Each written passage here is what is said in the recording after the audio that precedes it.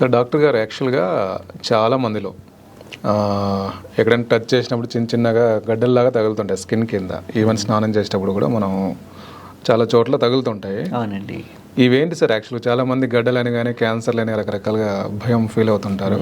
అసలు ఈ గడ్డలు ఏంటి, వీటిని ఎట్లా చూడాలి మనం? సాధారణంగా వీటిలో 70-80% ఇవి కొవ్వు గడ్డలు ఉండే ఛాన్సెస్ ఎక్కువ ఉంటాయి. లైపోమాస్ అంటాం వీటిని.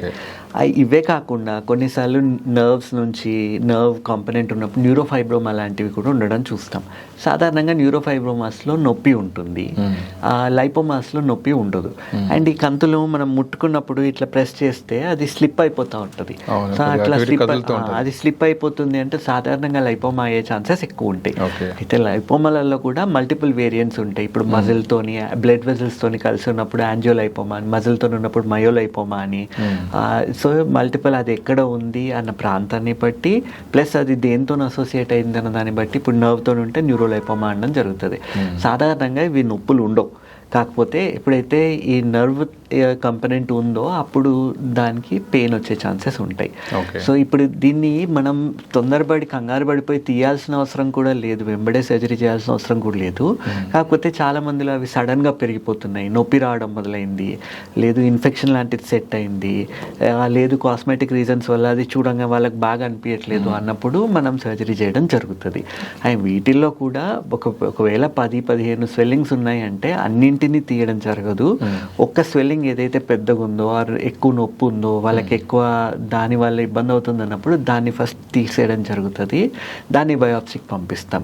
సాధారణంగా కొవ్వు కణాలే ఉన్నా కొన్నిసార్లు ఇవి కంగారు పడే కణాలకి మారే ఛాన్సెస్ ఉంటాయి. కాబట్టి ఆ బయాప్సీ అన్నది చేసి నిర్ధారణ చేసుకోవడం జరుగుతుంది. ఇది ఎప్పుడైతే క్యాన్సర్ లాంటిది కాదు, కంగారు పడాల్సిన అవసరం లేదు అని మనకి రిపోర్ట్ వస్తుందో వేరే వాటిని మనం వదిలేసేయచ్చు. సో సాధారణంగా ఒక్కదాన్ని మాత్రం సర్జరీకి తీసుకోవడం జరుగుతుంది. నార్మల్గా ఇవన్నీ నార్మల్ గడ్డలే ఉంటాయి కదా సార్? సాధారణంగా నార్మల్ గడ్డలే ఉంటాయి. కానీ ఈ మధ్యలో అవగాహన పెరగడం వల్లనో లేదంటే ఏదైనా స్వెల్లింగ్ ఉందనగానే జనాలు కంగారు పడిపోతారు.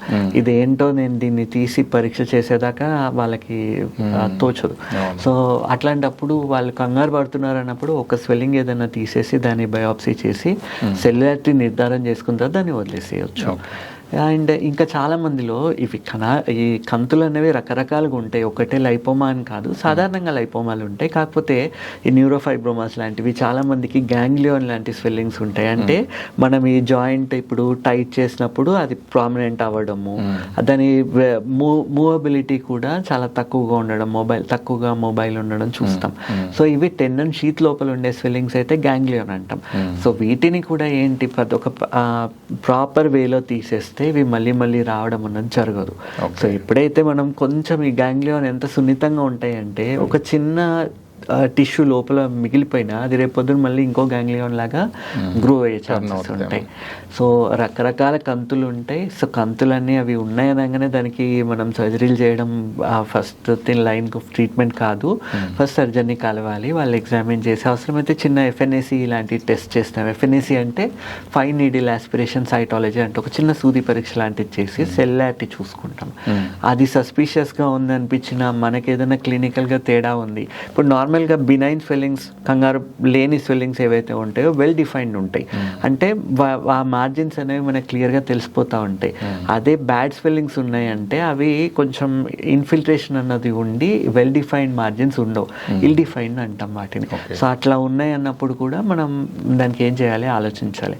హ్యావింగ్ సెడ్ దిస్, ఇప్పుడు లైపోమాలలో కూడా ఎన్క్యాప్సులేటెడ్ వేరియంట్ అని ఉంటుంది, డిఫ్యూజ్ వేరియంట్ అని ఉంటుంది. సో డిఫ్యూజ్ వేరియంట్కి కంగారు పడొద్దు. ఆ బేసిక్ టెస్ట్ తర్వాత దాన్ని తీసేయడం జరుగుతుంది. అది క్యాన్సర్ సంబంధించిన ఇది కాదు.